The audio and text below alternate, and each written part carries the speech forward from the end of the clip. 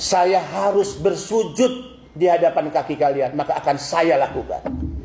Benny Ramdhani akan melakukan sujud di depan kaki Ibu Menteri Keuangan, ya, Menteri Perdagangan, jika itu menjadi syarat agar barang-barang PMI yang sekarang. Halo Sobat TKI dimanapun berada, ketemu lagi dengan kanal YouTube Peristiwa TKI. Kita abis putar TKI yang lagi rame kali ini.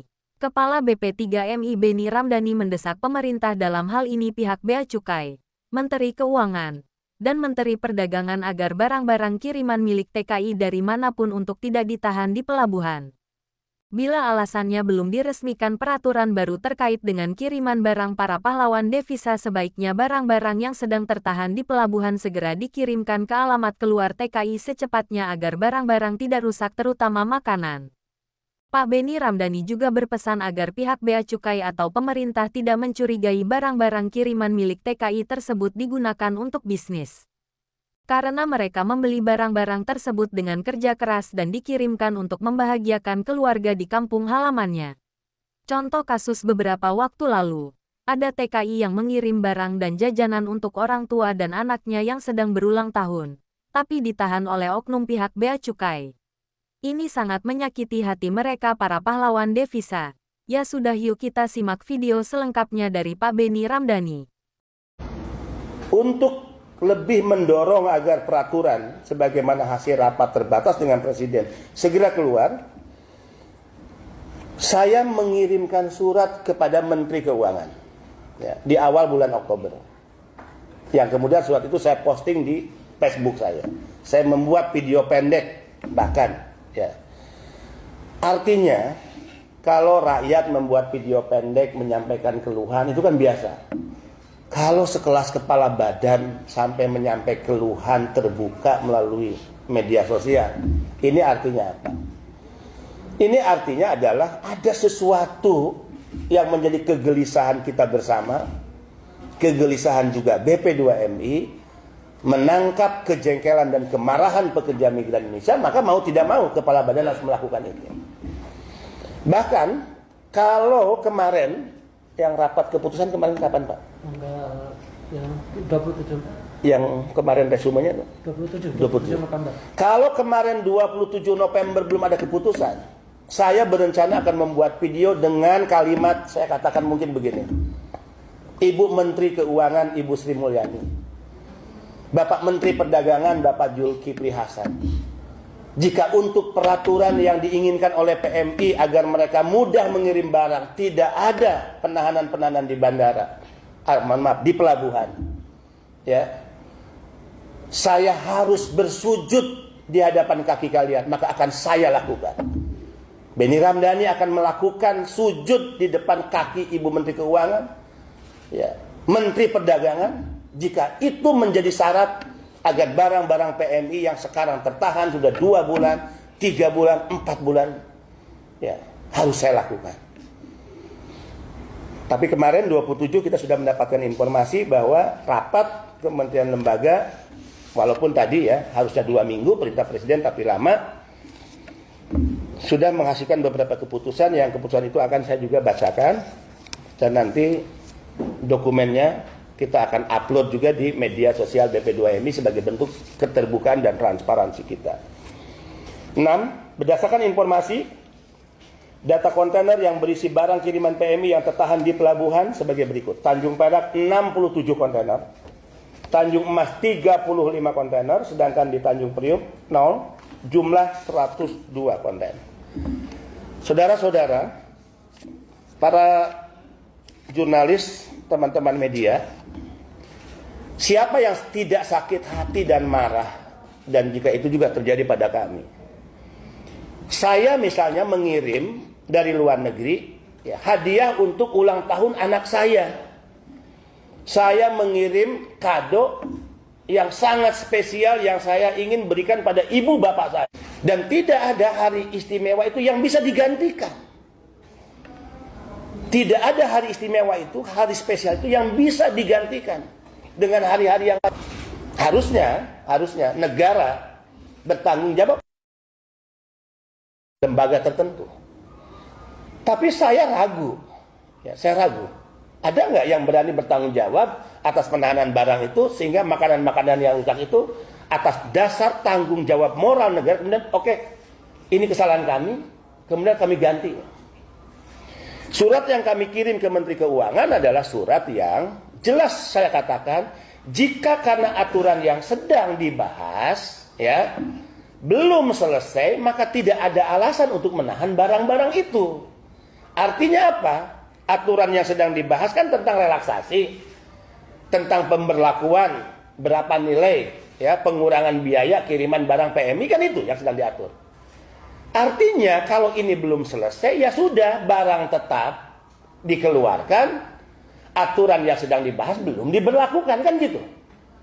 Dan itu juga disuarakan oleh para pekerja migran. Ya udah Pak, kalau misalnya kami belum mendapat pengurangan 1.500 US dollar kan gitu. Ya, kalau handphone kami juga belum berlaku ya udah nggak apa-apa, yang penting jangan ditahan. Jadi logika berpikir PMI, logika berpikir rakyat menurut saya ini lebih cerdas dibandingkan ya, pihak-pihak tertentu. Ini cara-cara yang saya benci dari dulu sebelum saya menjadi pejabat ya.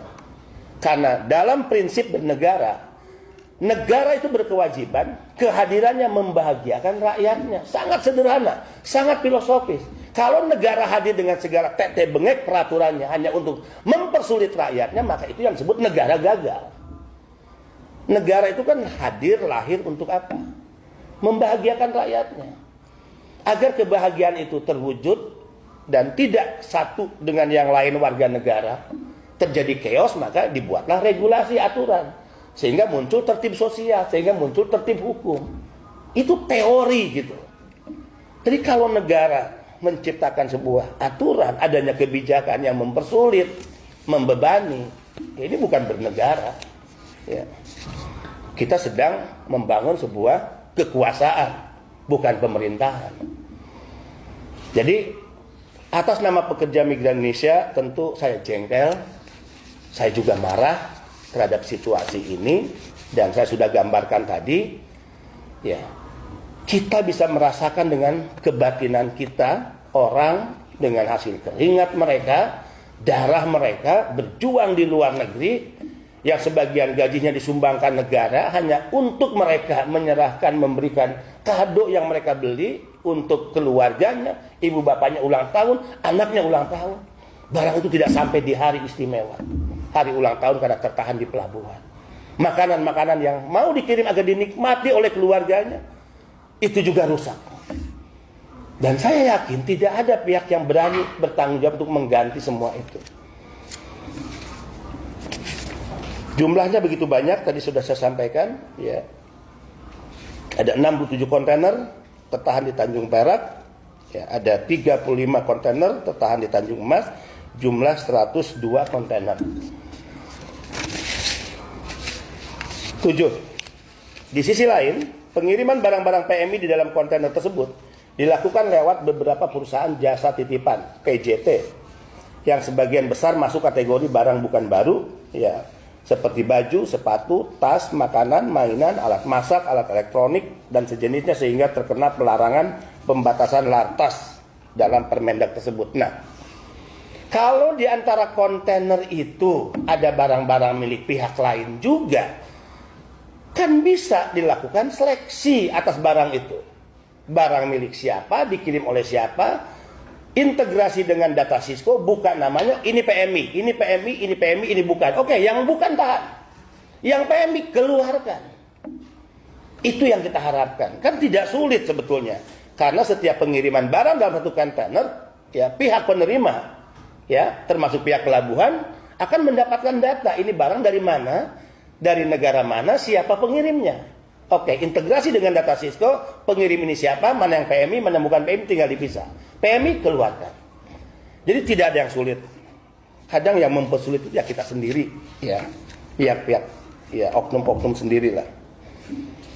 8. BP2MI mendesak, sekali lagi, BP2MI mendesak kementerian lembaga terkait agar segera melakukan finalisasi revisi Permendag nomor 25 tahun 2022 yang mengatur relaksasi barang kiriman PMI baik untuk barang baru maupun barang bekas. Setelah proses harmonisasi di Kemenkumham pekan lalu, diharapkan pekan ini revisi Permendag ya tersebut bisa segera dikeluarkan.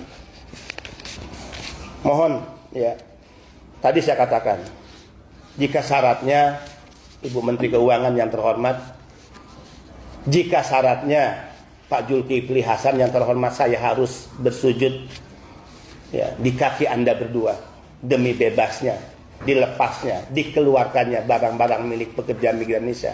Saya Benny Ramdhani akan melakukan itu. Ya, tidak ada kehinaan bagi saya untuk melakukan itu sepanjang yang saya lakukan itu adalah untuk menyelamatkan ya para pekerja migran Indonesia atas barang-barang mereka yang ditahan. Mudah-mudahan pesan ini sampai kepada Bapak Menteri Perdagangan, Bapak Zulkifli Hasan, dan juga mudah-mudahan pesan ini sampai kepada Ibu Menteri Keuangan ya, yaitu Ibu Sri Mulyani. Dalam beberapa kesempatan saya sampaikan, mari bangun mindset baru. Jangan pernah curigai PMI seolah-olah jika barang yang dikirim PMI mungkin dicurigai mereka mengirim barang untuk bisnis, mereka mengirim barang untuk diperjualbelikan. Mari kita hilangkan, dan ini saatnya ya, kecurigaan-kecurigaan atau mencurigai rakyatnya sendiri, mencurigai para pekerja migran Indonesia. Tidak. Saya Benny Ramdhani, Kepala BP2M, bisa pertanggungjawabkan.